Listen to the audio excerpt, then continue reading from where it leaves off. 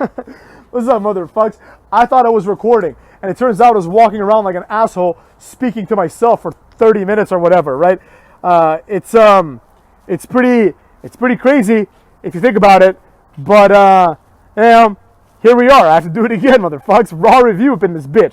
But just like I did in my first video, but that you guys didn't get to see, I'm gonna do subscriber shoutouts, motherfuckers. Subscriber shoutouts. We're back with that. Now, I have to set some limits here, so I don't know how far back I'm gonna go. I'm gonna go a little bit back on my notifications. So if I missed you and you want a shout out, you know what to do. Fucking write it in the comments. And if you're a new subscriber, subscribe right now. What are you waiting for, cucks? It's literally one click, and it makes me feel good. So you just fucking do it, you know what I'm saying? And if you're a subscriber that wants a shout out, subscribe. And then in the comments say, hey, I subscribed. Can I get a shout out? Or any facsimile thereof, motherfucks. So first up, we have Darius Givens. Givens with an A, motherfucks. Was it Darius? Maybe Darius, I don't know. Darius Givens, welcome, motherfuck. Welcome to the family. You know what I'm saying? Who else we got? Next up, we've got, where is the motherfucker? You know what I'm saying? I found him, but I lost the motherfuckers. Give me a second. That's right. New subscriber, Cable J Flame 454, motherfucks. I like this guy because his name has the word cable in it. And I think cable is a cool word, you know? And so is flame. So there you have it, motherfuckers. That's what I got to say about that. Next up, we have, what else we got? We got Crispy Sunset 2013. Now, I don't know how sunsets can be crispy, but I do know that wrestling can be crisp. So anything's possible in 2021, cuck boys. What else we got? Next up, now we have some people that want some shout outs as well in here. So we're going to go through everybody. But if I miss you, just write in the comments again. I don't miss you on purpose. I just might not read your comment in the notifications.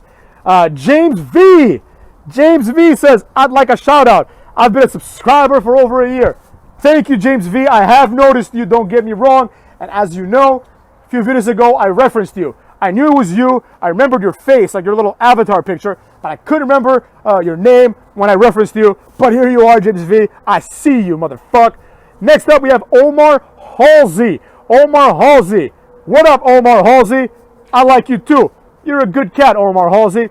Next up, we have Beefy Mario, who says, shout me out, fart breath. Fuck yeah, you know what I'm saying? We like a little back and forth here on the Hater channel. Beefy Mario, whose avatar is a fat Mario. I guess he thinks that's hilarious. Yeah, we like Beefy Mario up in this bitch.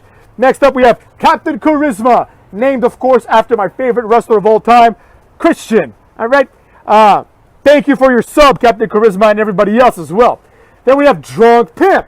Shout out to Drunk Pimp. What up? I see his avatar. I think it's Mbappe, but I can't tell because I'm on my phone, and it's really small. Kylian Mbappe, he's cool, but I'm more of a fan of Erling Haaland, motherfucks. Erling Haaland. Be on the lookout for him, cucks. And shout out to Bayern Munich, by the way, motherfuckers. Bayern Munich since day one. Big Dog 333. What up, motherfucker? Thank you for subscribing. I don't know if you're a sub or not, but you better be, because I gave you a shout out, motherfucker. And we have Danny2 November 18. Here's your shout out, Danny2 November 18. That's your birthday. That means that your birthday is, if your birthday is November 2nd, that means your birthday is really close to my birthday. So I like that too, motherfucks. Now that we got that out of the way, let's get to what we're going to talk about today, which is, of course, Raw review, motherfucks. I actually have another video in the pipeline, as I like to say, but I thought I'd make this video regardless, just because Raw reviews become more important during WrestleMania season, right? That's how that works, all right? So we got to talk about Raw review. Nothing we can do about it, you know what I'm saying? First up, we have the Hurt Business coming out and talking shit, right? The entire premise is, hey, what's up, motherfucks? We're the Hurt Business. Shelton Benjamin and Cedric Alexander aren't doing their job because they failed. Bobby Lashley's right. MVP's like, yo, it makes sense. You guys couldn't get it done, so you're out. Bounce. And they're like, you're humiliating us by doing this in public. What do you mean in public? Who gives a fuck? Nobody cares about you guys. So they get into each other's faces. Bobby Lashley beats the shit out of them, and that's that, right? Next up, we have Matt Riddle on a scooter. He gets attacked by Sheamus. And apparently all it takes now to get a WrestleMania match is attack a guy once or twice. So Sheamus versus Matt Riddle in a non-title match. The match was what you would expect. I don't want to see this match again at WrestleMania. It's a really shitty, thrown together feud. It really, really is bad. This match and this feud really says we have nothing for these guys, so just put them in a match together. It was what it was. Sheamus wins with like a bicycle knee. The U.S. title means absolutely nothing because it's not treated as someone's goal, right? It's not treated as someone's goal. It's always treated as someone's second best goal. Like Sheamus fighting for the U.S. title is ridiculous. Sheamus is a multiple-time world champion. Sheamus fought for the world title a million times at WrestleMania. He won the Royal Rumble. This makes no sense, but it is what it is. Sheamus won, like I said, with a bicycle knee. I don't know how I feel about the bicycle knee. I mean, I think it's stupid. It's basically like a shittier version of the bro kick. Maybe he can't extend his leg as much anymore, motherfucks. Next up, we had Braun versus Jackson Ryker. Braun, of course, was going to bury Jackson Ryker. We all knew this. You know, this entire feud, Shane versus Braun, makes absolutely no sense. You know, I don't know what's going on here. My only guess might be that Shane has some monster-type guy debut at WrestleMania, and this guy attacks Braun and allows Shane to win. That's the only explanation I can think of. Because beyond that, I don't see a reason for Shane to provoke Braun Strowman. Like, first of all, what did Braun Strowman do for Shane to be an asshole to him, you know? What did he do? He didn't do anything to Shane. And secondly, why would you pick on someone that big and strong? You can make an argument that Braun Strowman could beat up everyone in the world. You really could make that argument. You can make a sound argument that no man can beat up Braun Strowman in this globe, motherfucks. And Shane McMahon is out there calling him a retard and poking the bear. Why? This has to be explained. This can't just be, oh, Shane's a bully. That's stupid, you know? Because you go bully, why don't you go bully Mustafa Ali? You know what I mean? Why do you have to bully the biggest guy ever? So it makes no sense. But it is what it is. Whatever. Braun announces they're going to have a cage match at WrestleMania because he doesn't want Shane to escape. This validates everything that Shane said in the segment prior to this. The segment was Shane pretty much showing a fake report card of Braun Strowman's, saying that Braun is a D- student and a retard. Whatever. It is what it is. Say what you want about Braun, but he acted like a retard when he chose a cage match because his calculation was, I want to do a cage match so you have nowhere to run. And I'm like, you must not be very smart because everybody knows that one of the ways to win a cage match is to escape the ring, motherfucker. To escape the ring. You get it? You see what I'm saying? Kind of stupid for Braun to ignore that element, right? This is a match where the stipulation to win is the thing that Braun is trying to prevent. And especially in modern day cage matches where the referee opens the door for you, you know, it's not even that hard. I mean, you can't roll out of the ring, but why didn't Braun choose a Hell in a Cell? Like, if cage match was the only option, I understand, but we have Hell in a Cell, right? Whatever. It is what it is. Then at some point, we had the world premiere of Hey, Hey, Hop, Hop on the dirt sheet. I love this. This was great. I'll tell you guys why. First of all, the song was catchy. I got to say it like it is. The song was catchy. Second of all, the song was an incredible parody of not just Bad Bunny, but that entire genre of, let's call it like it is, garbage music, right? One time, you guys don't know this, but one time I was outside of a club, and I got into a rap battle with this guy. And one of the things about the Hater that nobody knows is the Hater's actually a pretty decent battle rapper, right? Now, I haven't like competed or anything, but I can think pretty quickly about rhymes. So I'm battle rapping this guy, and I clearly won, right? This guy was, from El Salvador, I think, or something like that. So he was like, oh yeah, he was a cool guy, you know, like we shook hands, you know, we had fun, we made fun of each other, it was what it was. But his cousin, he had a cousin who was like really upset that his cousin lost the rap battle, you know what I mean? So he was like, oh, how you doing? Yeah, how you doing? He was like, why don't we, do a rap battle in Spanish? And I'm like, bro, I'm like, I don't speak Spanish. And he's like, well, you do it in English, does it in Spanish, right? And he's like, he's a much better battle rapper in Spanish. And I'm like, oh, were you born in El Salvador? He's like, no, I was born here. And I'm like, interesting, you know? He's better at rapping in Spanish. Maybe it's because all the words end with la or lo, you know what I'm saying? Just like in many other languages, I'm not saying it's just Spanish, right? But rapping in like Latin languages, it's much easier because a lot of words end with the same vowel, you know what I mean? Like in many languages, I don't even want to get into it, but that's the point, right? So it's like reggaeton is not really this like complicated genre of music, it's easy to write these ABC rhymes that Bad Bunny writes, you know? Call it like it is, cucks.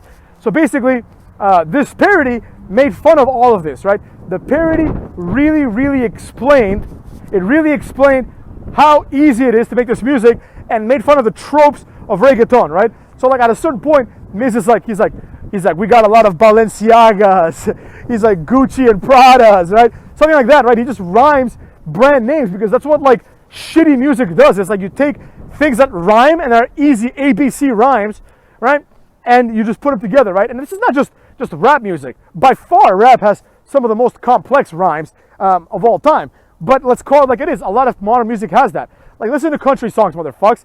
You know, if I hear another song that rhymes the word baby with crazy, I might kill myself, motherfucks. That shit is intolerable, you know? Like, you always hear that in these pop country songs. It's like, oh, you drive me crazy, baby. Shut the fuck up, you know? Think of something new, you know? Like, oh, he'd be, like, for letting you go, he's crazy. If you're with me, you'd be my babe. Like, that kind of ABC horseshit, hacky nonsense, you know? And that's what reggaeton is full of, I can tell. And Miz and Morrison, like, pointed that out. They're like, basically, they're like, obviously they're not as good as Bad Bunny, but it's like, dude, you're not this, like, talented singer either, you know? I think the parody did a really good job, like, kind of exposing not just Bad Bunny, because I feel like he's one of the more talented ones in that genre, but just basically saying, like, yo, this genre is like a horseshit genre, anyone can do it. It's like Jennifer Lopez music, like that level of pop. Jennifer Lopez and Britney Spears, it's like anyone can do this, you know? Like they could barely sing a note, but it's like, all right, here you go. You know, we've decided, it's you, motherfucker. It's you, Jen, it's you, Jenny, it's you, Britney. You're the one that we've chosen. You don't really have any immense talent, but you know, we've chosen you. So it's your lucky day, kid, right? So Miz and Morrison did a really good job mocking the tropes of reggaeton, which is, I think, one of the poorest genres of music in terms of like actual diversity of like beats or anything of value, to be honest, right? I have a lot of friends that like reggaeton, and I'm like, turn this shit off, you know what I'm saying? Like, listen to some Johnny Cash or something. I don't want to sound like one of those old fucks either, who's like, oh, I like Johnny Cash. I'm not one of those motherfucks at all, you know? I like pop, motherfucks. I like pop, even though it's simplistic. I like it. I like country. I like rap. But I do appreciate certain musics, and I believe that Morrison and Miz do as well, and that's why their parody was really good, you know? Bad Bunny came out. Shout out to Bad Bunny for even doing this. You know what I mean? This kid's like 24. He's got his career ahead of him. He's now reaching the heights, like unknown heights of his career. Who knows what might happen? Tomorrow he might be irrelevant. Tomorrow he might be like the biggest, you know, reggaeton artist of all time. So what I'm saying is shout out to him for even taking on this challenge, right? Now, with that being said, if he had any respect for wrestling, he would want to lose against The Miz. So that's all I got to say about that. I mean, at that point, we're talking like David Arquette type shit here, you know? Like, this guy beats the former champion, you know? Like, someone that was WWE champion was pinned by Bad Bunny, you know? But there you have it, motherfuckers. I don't know what to tell you. All I know is what I see. And what I saw was boring except for the actual song. The rest of it, we could have just skipped, motherfuckers. Next up, what do we have next, motherfuckers? We have, this is like, I feel like quite an action-packed Raw. Not action-packed with action, but like with shit, you know what I'm saying? We had the Bobby Lashley versus Shelton Benjamin match, which was useless because obviously Bobby Lashley would win. He did so. Shelton tapped. That was the end of that, motherfuckers. Nothing great came of this. Who cares? Then we had the worst segment of the night, and possibly one of the worst segments in the history of Raw. Xavier Woods and Kofi Kingston come out, right? And they challenge AJ Styles and Omos to a game, to like party games basically, right? Charades and Pictionary and a bunch of other shit, I feel like, right? Now, I know I say this a lot, but I feel like I have to keep saying it. Xavier Woods and Kofi Kingston are not cool, right? These are two bookworms, right?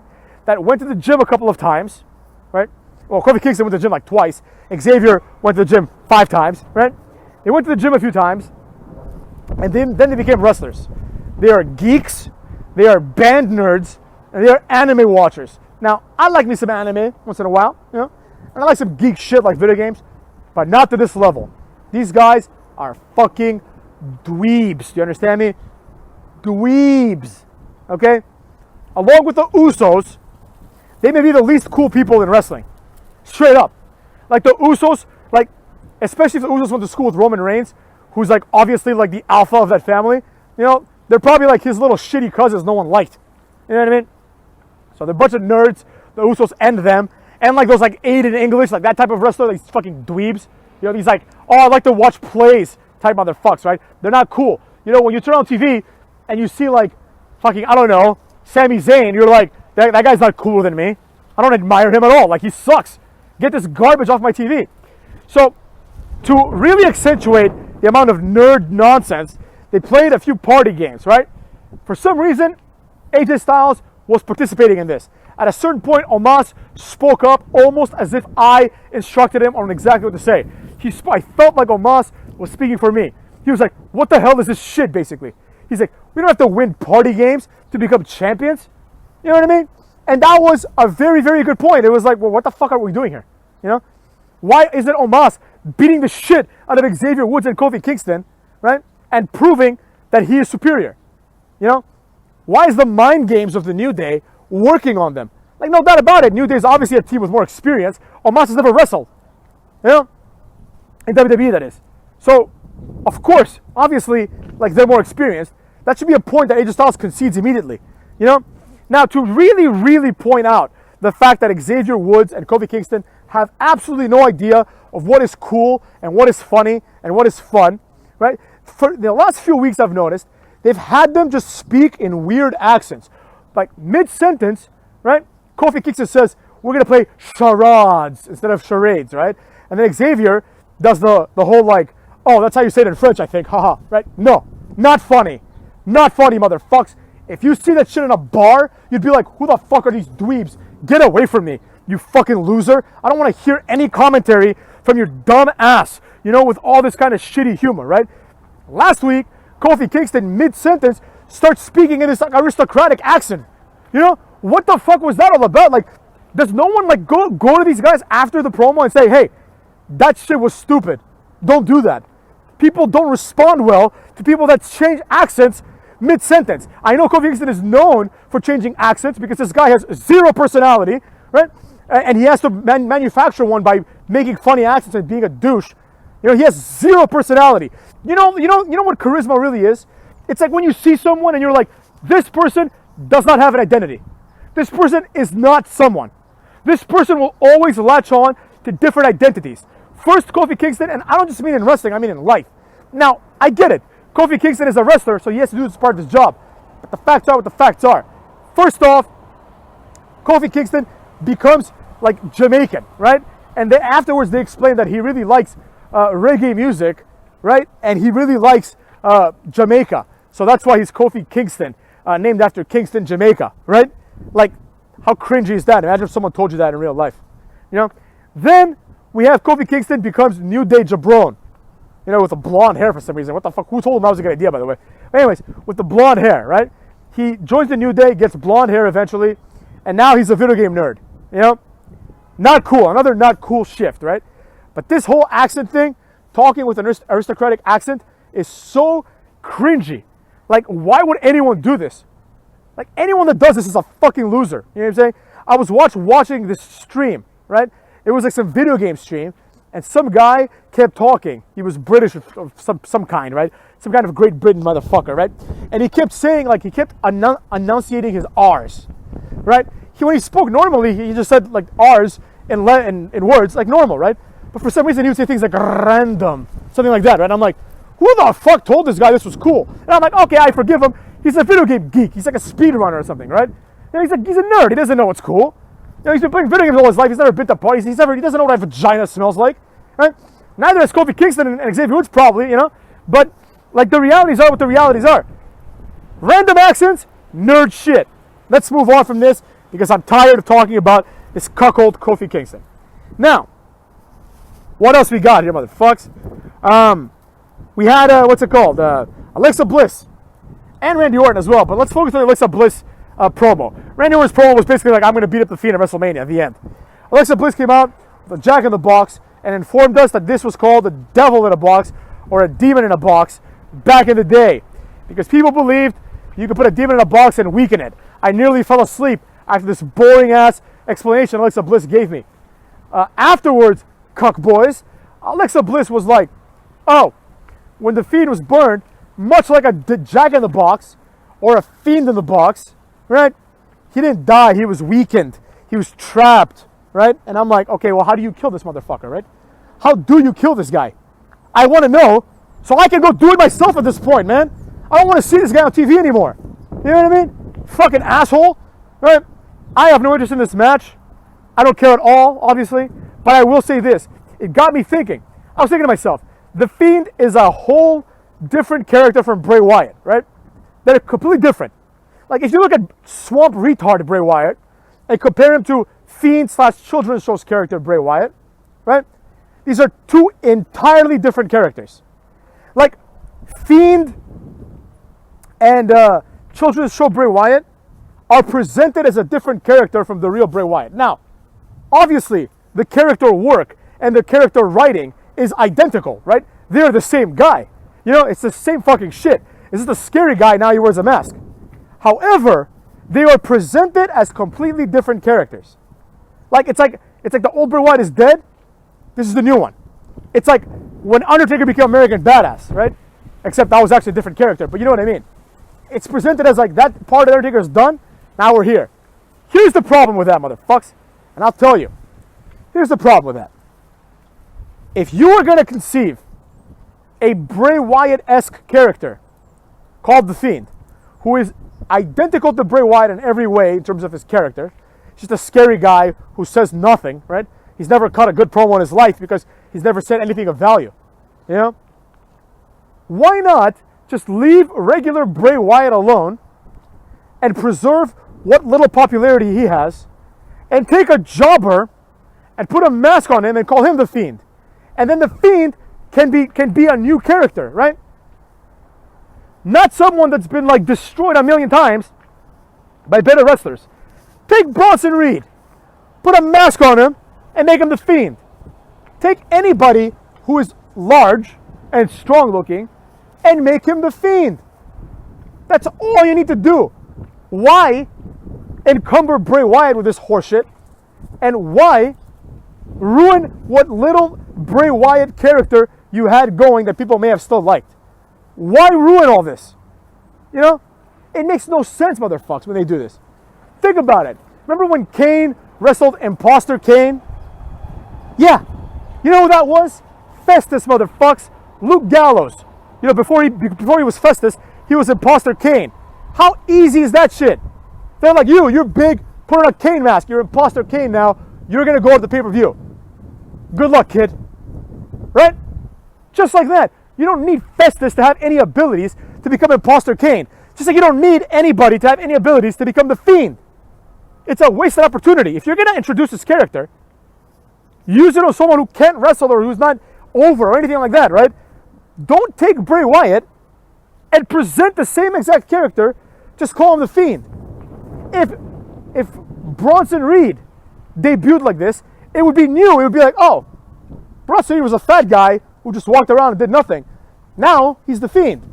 Interesting. I want to see more.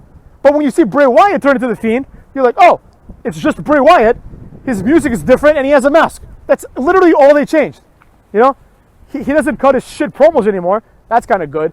And enough of this Bray Wyatt is great on the mic nonsense, right? He's great on the mic, like his delivery is not bad. But I can't think of anything he said. I don't mean I can't think of a promo.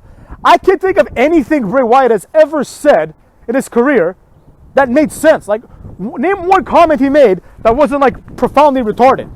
You know, it's always like, oh, John Cena, I gotta get you because like this and that. Or like, oh, Roman Reigns, I have a picture of your daughter.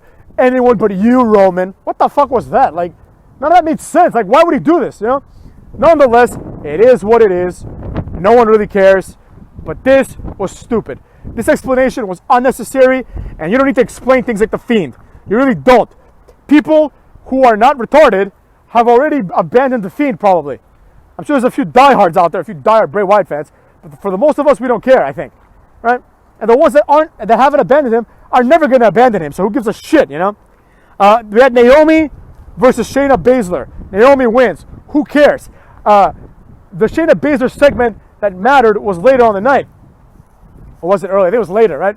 Problem with this, is I don't care, and I know that it's going to be a triple threat tag team match, and no one wants to see it. Who cares? Then we have Asuka and Rio Ripley doing a contract signing. This was great. I don't care what anyone says. Asuka is fucking awesome. I love Asuka. Here's why I love Asuka, motherfucks. Asuka, unlike other wrestlers like her, right? Japanese wrestlers, Latino wrestlers, and every other foreign wrestler basically, Asuka is trying hard to make it work. She's trying hard to make herself good at promos. Now here's the problem, motherfucks. A lot of people that are signed from overseas do not speak English. This is a problem. A lot of times people circumvent this by putting them with a manager, which essentially just becomes a translator. Like people are like, oh, Zelina Vega is so great. She's a translator, all right? Like she's a good wrestler, in my opinion, but she was primarily there because she's a translator. They're like, oh, we need a translator who can wrestle, but you know, put her with Andrade, right? Now, with all that being said, motherfuckers, with all that being said, a lot of these people would benefit tremendously from learning English. Look at Maryse, right? Maryse, when she debuted back in the day as a French Canadian, she barely spoke any English. You know, she spoke English to the level like Nakamura does now, right? Basically zero. And now she's fluent, has her own TV show, and now is selling makeup or whatever. I see those commercials for it.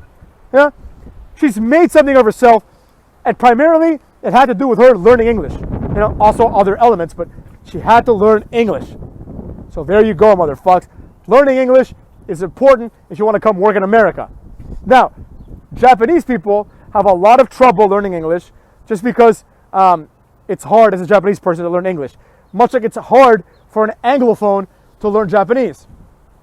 And that's fine. That's what Asuka is. She's not having like success learning English, but she nonetheless is trying to make herself interesting. She yells, she speaks slowly, she learns her lines, right? But by yelling and speaking slowly, she makes herself interesting. I mean, not interesting like The Rock was interesting, but interesting enough considering her limitations. And I appreciate that. And I appreciate hard work. I couldn't give a rat's ass about her in-ring ability. Don't care about that at all. All I care about is her capacity to entertain me. And her screaming and yelling and saying things is funny. Like one time, I'll never forget it, they had her in commentary. It was the greatest guest commentator of all time. It's like people trying to talk and Asuka's just yelling nonsense. It was fucking awesome, just yelling and laughing. It was great.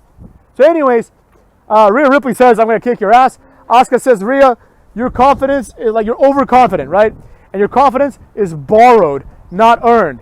And you are not ready for, before she can finish, Rhea Ripley flips the table on her. Shayna Basler and Nia Jax come out, and they're like, fuck you, Rhea Ripley, we want to beat your ass. Next week, us two versus you and Asuka. Rhea says, I accept. Who the fuck cares? You know what I'm saying?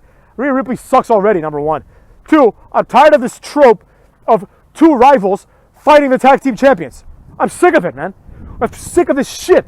We keep seeing this. You know? Bayley and Sasha Banks were tag team champions. So it's like Asuka and Lana. Asuka and Charlotte. Right? Then Bayley and Bianca Belair challenge for the titles. You know what I'm saying? Then, motherfucks, Charlotte and Asuka challenge for the titles again. What the fuck is going on? Huh? And now, it's Asuka and Rhea Ripley. So there you have it, cucks. There you have it. Total garbage. Don't give a shit. Asuka rules. That's about it, motherfuckers. Oh no, this is a long motherfucker. So Drew McIntyre is seen backstage beating the shit out of people. This was weird. He was basically being a bully. He was out there picking fights with, strangely enough, little men. Like he's like, hey, Drew Gulak, be a man, step up. It's easy for a 6'5", like 275-pound Scottish guy, right, to look down on Drew Gulak, who's a tiny guy, and be like, be a man. It's easy for you to tell people to be a man. Look at you. You have nothing to worry about, motherfucker. Drew Gulak, on the other hand, not so lucky. So he beats the shit out of Drew Gulak. He beats up a bunch of people while talking shit. He approaches Ricochet, and Ricochet's like, you know me, Drew. If you're looking for a fight, I got one for you. So Drew McIntyre is like, oh, okay, good. Let's fight. I'll see you in the ring. You go to the ring, Drew McIntyre beats his ass. 1, 2, 3. Mustafa Ali attacks him. So that starts an impromptu match between Drew McIntyre and Mustafa Ali. During the match, MVP says Mustafa Ali tried to start his own business, but the enterprise failed, and now he's starting again, right? I like that. You want to know why? I'll tell you why, motherfucks. Because Retribution sucked ass, and I do not like Mustafa Ali. I don't like anything that Mustafa Ali represents, if I'm being honest. I don't like the fact that this guy in a promo said, I'm being held down because my name is Mustafa Ali. You know what I'm saying? I hate that kind of shit. I don't know if he feels that way in real life. I bet he does. He seems like a sissy, you know what I mean? But primarily, the main point that needs to be made here, Cox, is this. Mustafa Ali sucks. And seeing him get his ass kicked would have been great if Retribution had done it. Because there's no reason why Dio Madden and Dijakovic and the other one should suffer because of Mustafa Ali's incompetence and possibly by him being the worst leader of a stable in history of stables. Now, Mustafa Ali is someone that blames others for his problems, and I always like seeing these people fail. I do. It's a guilty pleasure of mine. I like seeing assholes who blame things on other people fail. It excites me, motherfucks. It excites me. I hope that Mustafa Ali continues to be buried. I don't want him to lose his job because I'm not a heartless monster, but I continuously hope that he gets buried, right? I hate this guy. External locus of control people make me fucking sick. Let me tell you something, motherfucks. 6 weeks ago on this channel, I said, I need to lose some weight, all right? And I looked at myself in the mirror and I said, hater, you're a fucking fat pig. Time to drop some kilos, motherfucker. Afterwards, I put in the work. Since then, in the last 5 or 6 weeks, I've lost about 31 pounds. Motherfucks, that's 14 kilos for all my metric system fuckers, right? How did I do it? By being honest with myself. People like Mustafa Ali are not honest with themselves. This cocksucker looks in the mirror and he sees Hulk Hogan. And then he doesn't get treated like Hulk Hogan, so he thinks it must be because my name's Mustafa Ali. No. You should look at yourself in the mirror and see what I see. A bitch. And that's why you get treated like one. Simple as that. You're not good enough, kid. You'll never sell a ticket in your life. It's never going to happen. Like if Mustafa Ali got released tomorrow and he showed up in the Independence, not one person would go to see him. Not one, motherfucks. No one cares. That's the problem that I have with people like Mustafa Ali. If you're not man enough to look at yourself in the mirror and say, I am a bitch about this. I'm not good at this thing. I'm not good at that thing. I'm terrible at this thing. I'm the worst person in the world at this skill. If you cannot do that, number one, and probably more importantly, you are a pussy. And number two, maybe equally as important, you will never develop the skills that you want. You will never reach your goals because you look at the mirror and you think to yourself, wow, look at me. I could lose a little weight. I could improve this a little bit. But no, I'm all right. And that's fine, motherfuckers. I firmly believe that that's fine. But a lot of people then make the decision to do whatever the fuck they want, to eat the eclairs like I did, right? I don't regret any bite of any one of my eclairs, motherfuckers, or any pizza that I had. Don't regret it. Being fat is awesome too. You know, you eat, you do whatever the fuck you want, you feel great about it. You know, you don't have to answer to anyone, you know? But things change, and goals change. And sometimes, you gotta change with them, cucks.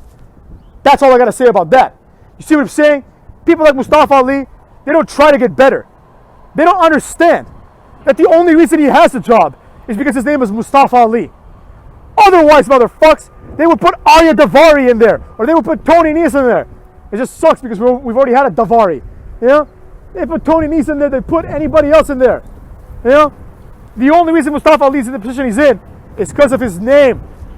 It's because of the fact that there's no Pakistanis, or whatever the fuck he is. I think he's an American, but whatever. There's not enough subcontinent people in WWE yet to have a major fan base in India. Right? That's why he's there.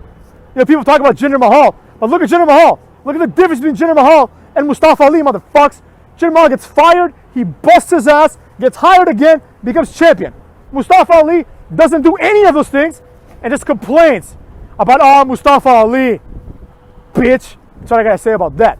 So I'm glad that Mustafa Ali is being buried and has had one of the worst years as a wrestler in the history of the world, because I hate people like him. I hate people that don't do the work but want the results. Hey, sometimes the hater gets a little lazy, and I make no excuses. I like being lazy sometimes, and that's fine. But when I do that, I don't expect free money to come in. I don't expect shit to go down. You see what I'm saying, cucks? That's what I gotta say about that. Fuck this guy. After Drew McIntyre beats the shit out of Mustafa Ali, Baron Corbin comes out and lays out Drew McIntyre along with Lashley. Now, insofar as Lashley's promise these last few weeks that if someone takes out Drew, they will be cucked, you know what I'm saying? And they will be put at the WrestleMania main event. I believe he owes Baron Corbin a main event spot because they took out Drew McIntyre. Now, if they didn't take out Drew McIntyre, why didn't they? They had him down 2-1. Why didn't they just smash his head with the steel steps? Not Baron Corbin's fault, right? So as far as I'm concerned, Baron Corbin, kayfabe-wise, should be added to the main event. And you know what? Fuck it. Why not just add him? I don't give a shit. I don't want him to win the title, but add him. Who gives a fuck? You know, it's better than Lashley versus Drew McIntyre. 3 people is always better than 2. Almost always, motherfucks. And more importantly than that, what the fuck's Baron Corbin doing, you know? Baron Corbin's one of the guys that actually was cool. There you go. It is what it is. That's what I gotta say about that. This show, 1.7 out of 10. Deal with it, motherfucks.